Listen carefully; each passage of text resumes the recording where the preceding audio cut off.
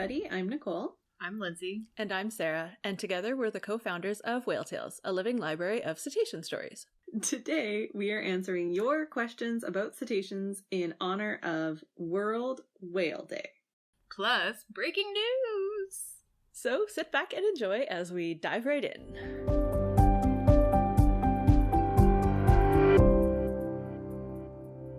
Three hours before we recorded this, a week before this podcast comes out, the Center for Whale Research did announce that there was a new calf in southern residence. L125 was sighted this week. The calf's mother is L86, and this is her fourth offspring. L86's name is Surprise. That's cute. The first sighting was actually from Sea Lifer Foundation, who are part of the photogrammetry research. So there's a fantastic drone photo of this calf already, which is adorable. And then the center, once that was reported, the center went out and got the official photos to verify and get the population census and all of those things and give the calf her official number, L125. So exciting. I know, calves. And this brings the population of the southern residents to 75 for the moment. The sighting that happened this week, they also spotted the most recent other two calves, J57 and J58, and Nice. They both looked like they were doing their normal baby orca things. Yes, looking as expected. That is excellent news for a Wednesday in February. Hooray, hooray. I think, they also spotted all three pods, so everybody's been spotted as of February. Nice. That's not a full population count confirmation, but they saw them. So That's the southern so residents awesome. are around. Hooray! Good job, southern residents. Yay. Now, onto the show. Yes. Oh, sorry, that was your line. Now, let's dive into the mail. So we are very grateful to everyone who sent in questions for our mailbag episode. And we're going to start. Our first question comes to us from Daria Blackwell. And Daria's question is, are orcas the only cetaceans with so many ecotypes? Daria, that is an excellent question, because the answer is yes, which is very rare, I think, for people listening to our podcast, for an answer to be so simple. And I will go into it a little bit more, because when you dig, it's more complicated. But truthfully, yes, orcas are the only cetaceans with so many ecotypes, a grand total of 10 ecotypes last time we checked.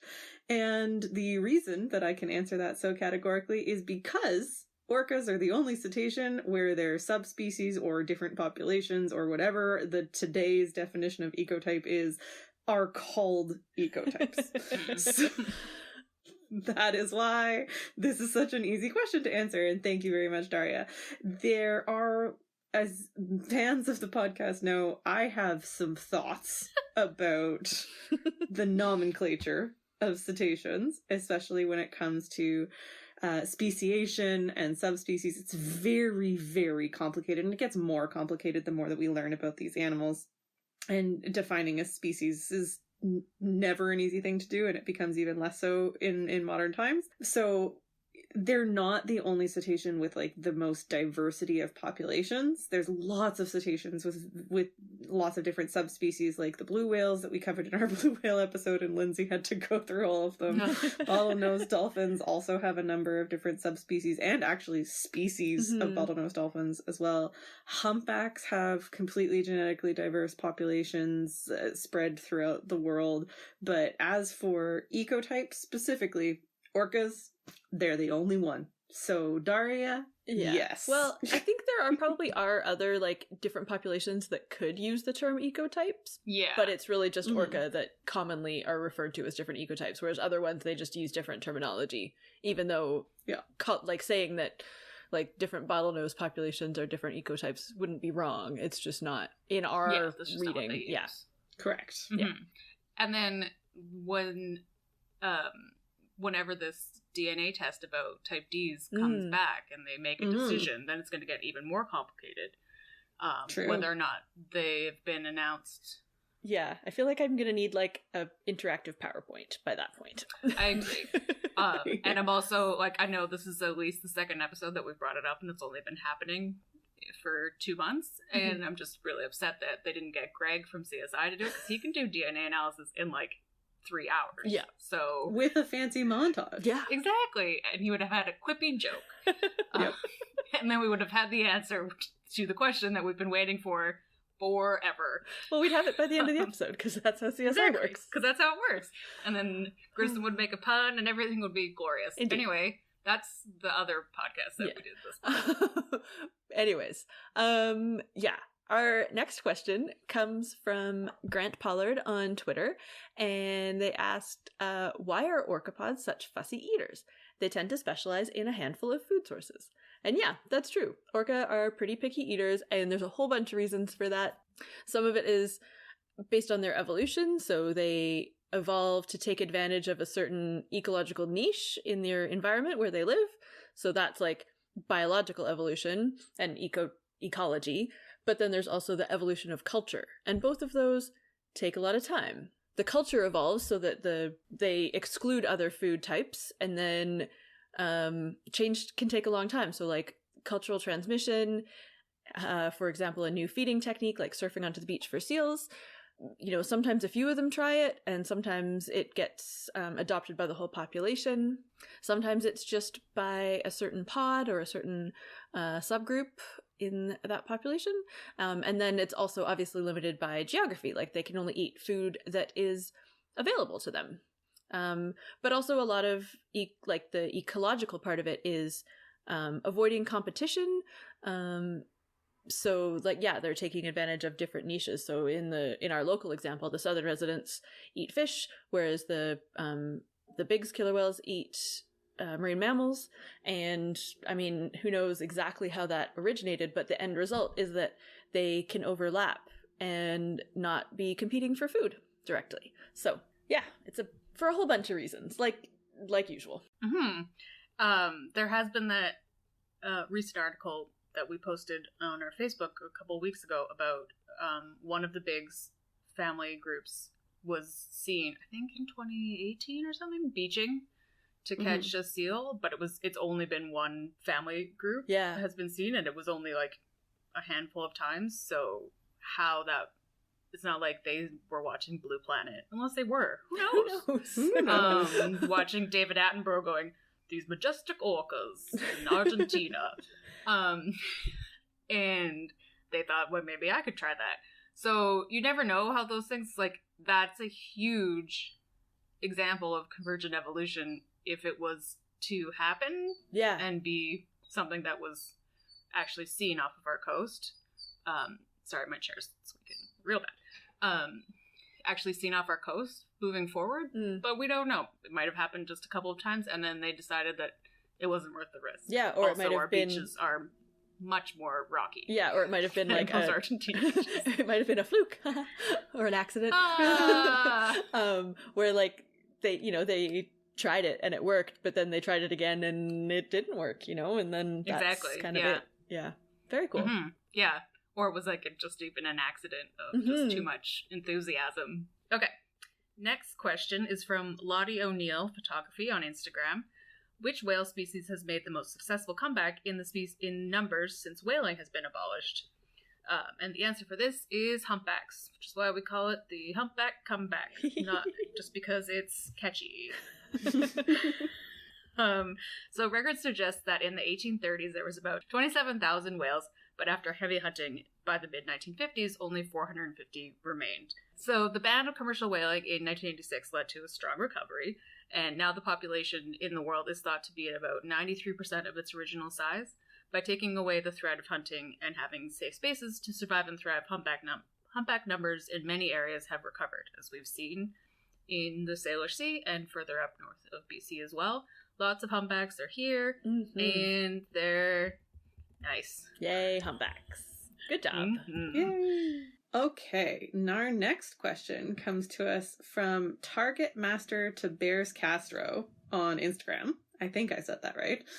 And Target Master asks, could orcas rescue humans in the middle of the ocean? This is an excellent question because this is kind of, every young child's dream when you start to learn about at least it was mine, right? Like, you start to learn about dolphins, and I cannot, in good conscience, sit here recording this podcast and say this has never happened with dolphins. It has actually never been recorded to happen with orcas. So that's kind of the short answer. Again, it's going to get more complicated. That's the theme here.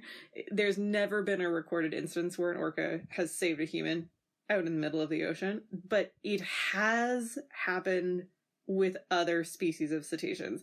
Predominantly, and when I say this, it's like a handful of times in the history of every shipwreck and every near drowning ever, a handful of bottlenose dolphins and sometimes other species of dolphins have rescued humans and then jumped over rainbows, and you've been in a Lisa Frank poster. Or a Madeline Linkle book.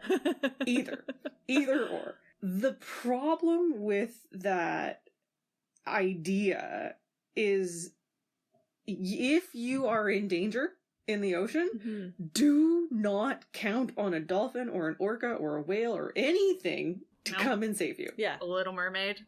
Well, we've talked before about, like, we haven't found all the, like, populations of blue whales in the ocean, and blue whales are much bigger than people. Like, yes, the ocean is very large.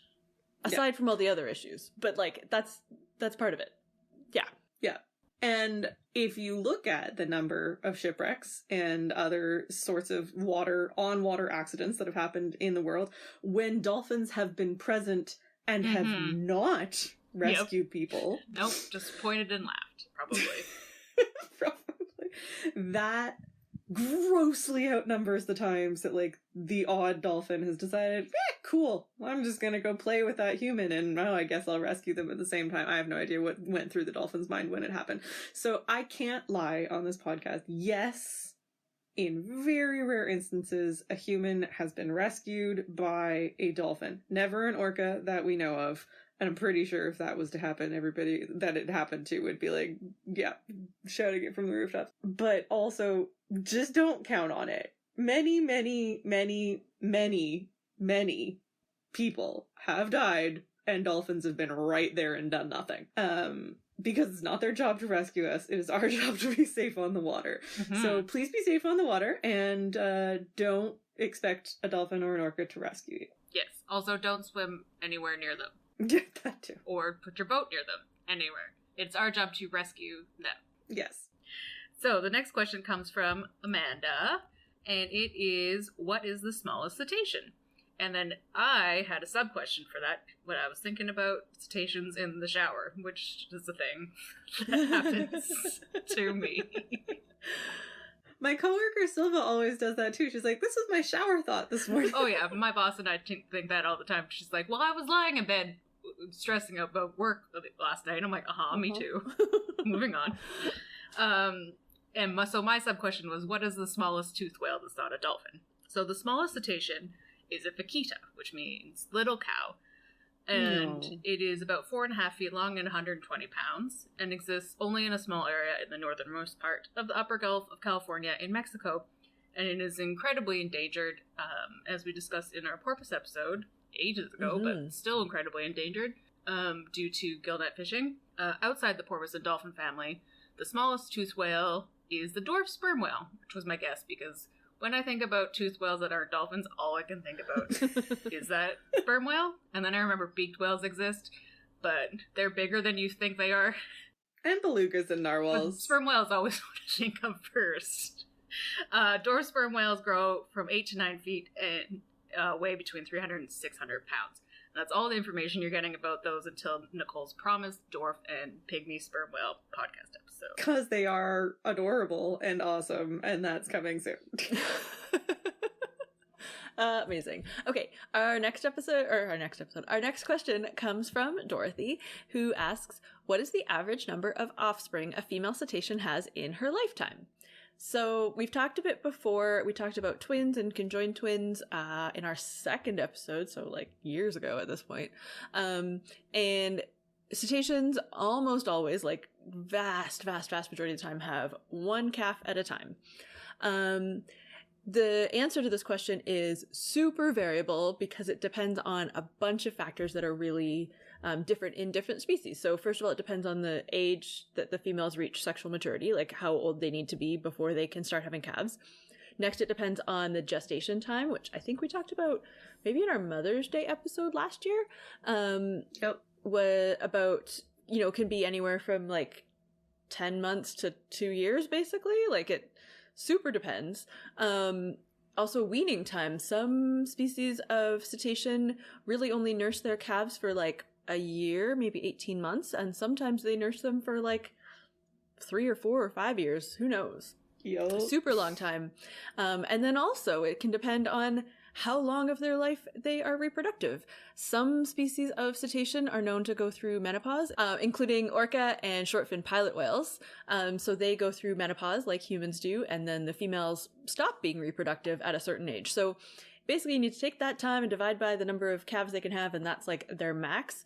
In the case of southern resident killer whales, it's about 5. But I'm sure there's other cetaceans that live longer and could have way more calves, especially if they do less nursing. Like Big Mama. She's had, 7 or 8 now? She's a humpback whale? I think she's had so. 8? I think she's had 8 that we know that she's had 8. Yeah, so it could be more. She wasn't successfully not mark recaptured, identified as a returning species until I think and then we started counting her until 2007.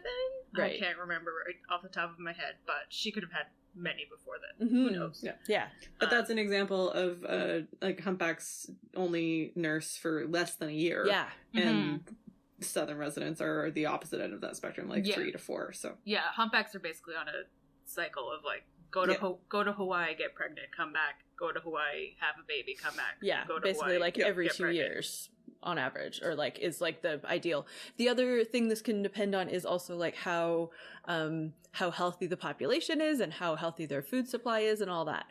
Because if there's not enough food, either they won't get pregnant because there's not enough resources, or the pregnancy won't be successful, or the calf won't survive long enough to be really counted. So there's also that part of the equation. Not the most happy part of the equation, but also counts towards how much a female individual contributes to the reproductive population of her species. Yeah, I was just thinking about Granny again, and even just surprise L86, who just had this calf just today, or whatever it ended up being.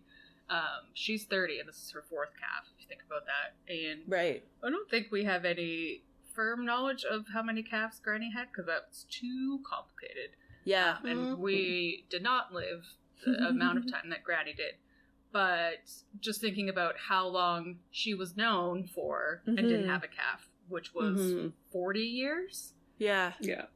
So even if wasn't actually 105 when she died, if she was 80, that's half of her life, at least, where she didn't give birth. But she was the matriarch to an average of 90 whales. So she was living an important life, but not reproducing. So it's a complicated thing, and none of this is taking into account individual genetics, obviously. And like that sometimes there just might be like an individual who had a really successful birth rate, then all of a sudden something weird happens, or just the genetics where it just doesn't work out. So totally, like it just variable. It's not like she turned 40 or 60 and stopped being able to give birth because she turned 60. It could have been something else happened.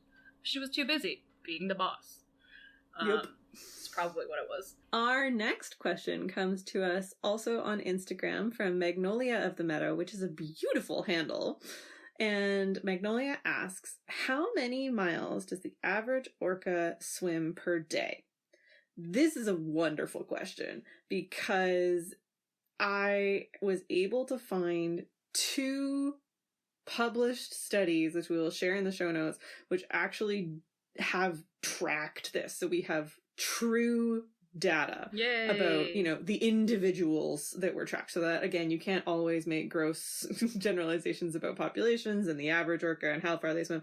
But with these individuals who were satellite tracked, we can see how far they swam, which is great because if you don't go onto Google Scholar and start looking at hard data to answer questions. If you just searched this in Google, you would find a very big variance in the answer to this question.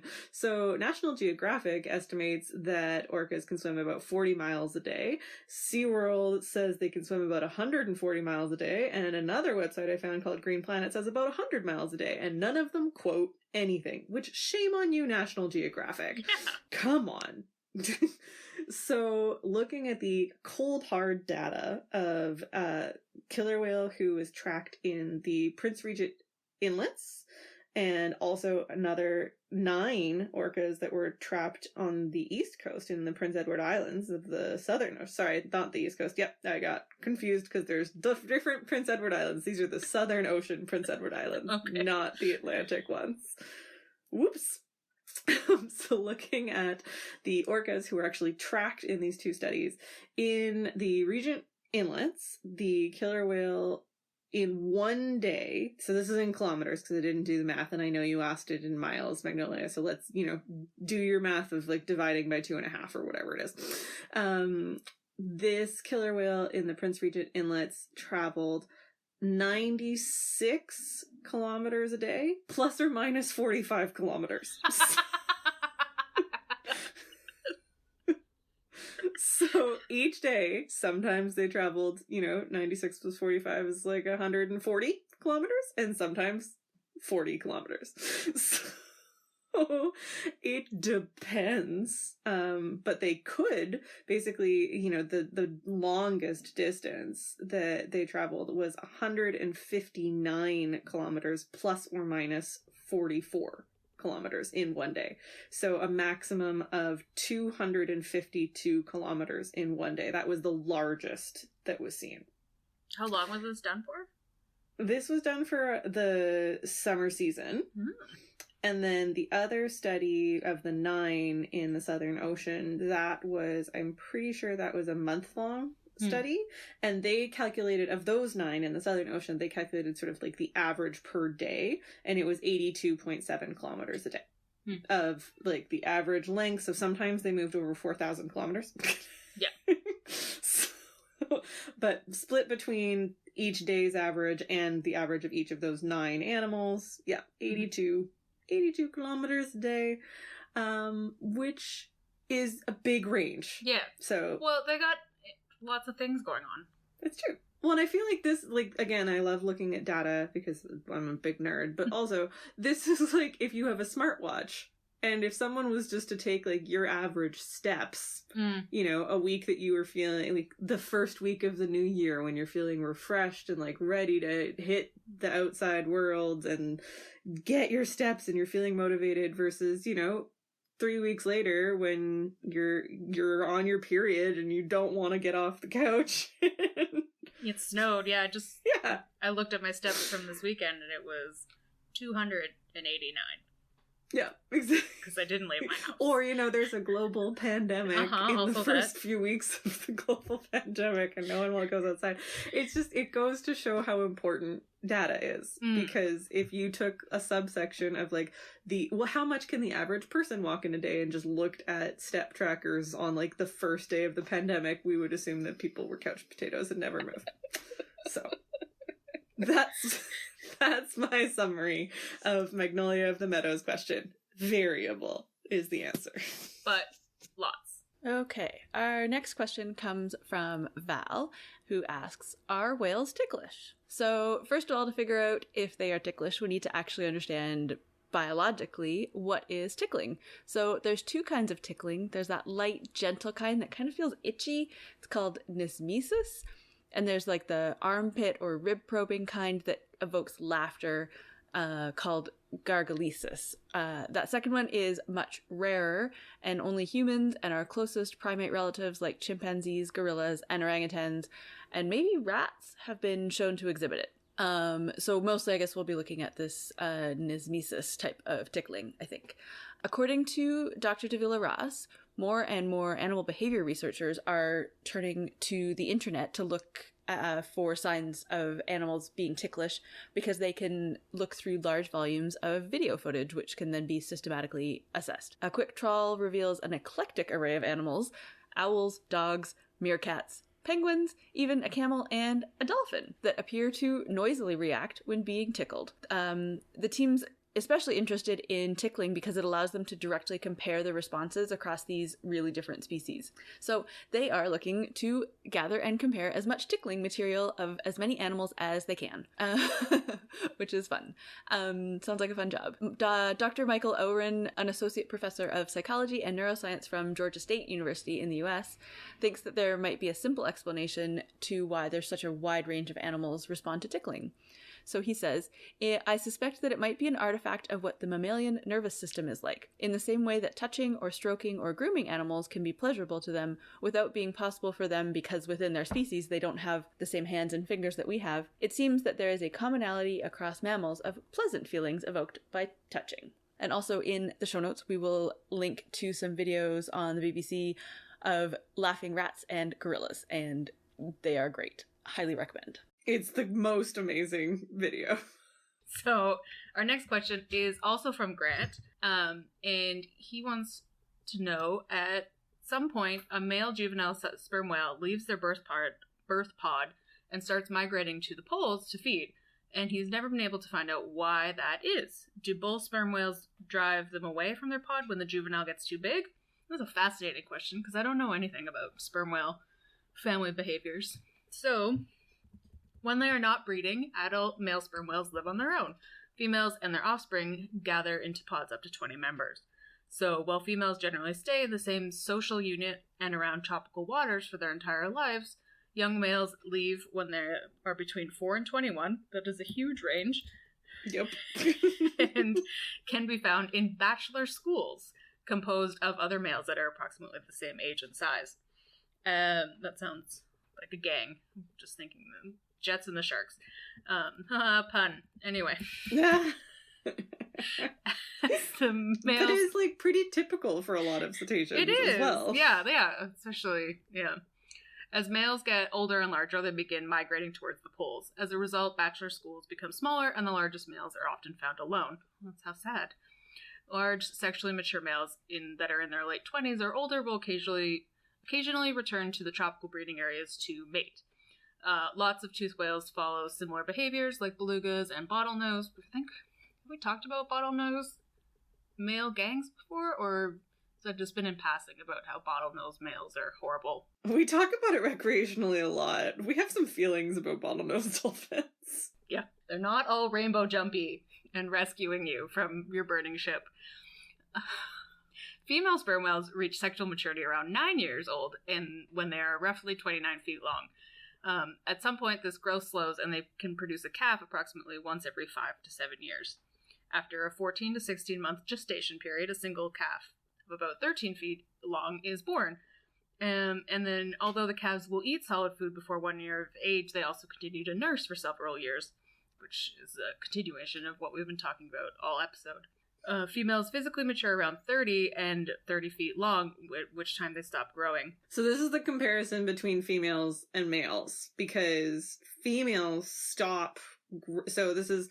Part of his question was, like, do the big bull sperm whales drive them away from the pod?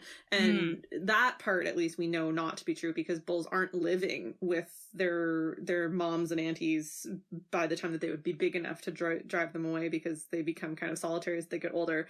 But it's fascinating when you look at the difference of sexual dimorphism between females and males, because, like Lynn just said, the females stop growing when they're 30 years old and 35 feet long, but the males keep growing. Actually, they kind of stay the same size, like, because they're growing at the same rate as females until about 30 years old. And then they keep growing for another 20 years until they're over 50 feet long. Yeah, which is what I was like. Puberty is prolonged and may last between 10 and 20, which makes sense when you look at the bachelor group ages as well. And then, although they sexually mature at this time, they don't actively start breeding until their late 20s. And then, but this is the question that ties back to Dorothy's question, is when did they stop breeding? Like males. Because what is the purpose of them growing into their 50s if it's not to compete for a mate, right? And, like, do they grow until they're 50, mate for the last time, and then just die because they're done? I don't know. I think we need more sperm whale episodes. Yeah. I still have many questions. Well, and that is the last question for today, though. Oh no, so I have so many questions. Quick, answer them right now. Well, thank you to everybody who did send in a question. We love doing these mailbag episodes, and we're going to have another one in a few months for Orca month in June. So get your Orca questions ready. And of course, we would love to hear your thoughts on this episode or any episode. So please visit our website, whale-tales.org, and find links to our various social media handles so that you can drop us a line and ask us another question. You can also tweet at us directly. I am FHG07. Sarah is Sarah K. Given, no H. And Nicole is Nick F. Cann, Cann. You can also head to our website to subscribe to our podcast, check out our merchandise, learn about supporting us and becoming a patron, and read nearly 1,000 whale, dolphin, and porpoise stories. That's whale-tales.org. Tales like the stories, not tales like the animals. And of course, if you have seen a cetacean, we would love to add your story to our library. So please click the share link on our site, contact us on social media, whale-tales.org, or email us a voice memo and tell us all about your incredible encounter. Thank you again for listening and for supporting us. We will be back at the end of next month. Thanks, everybody, and have a whaley great day.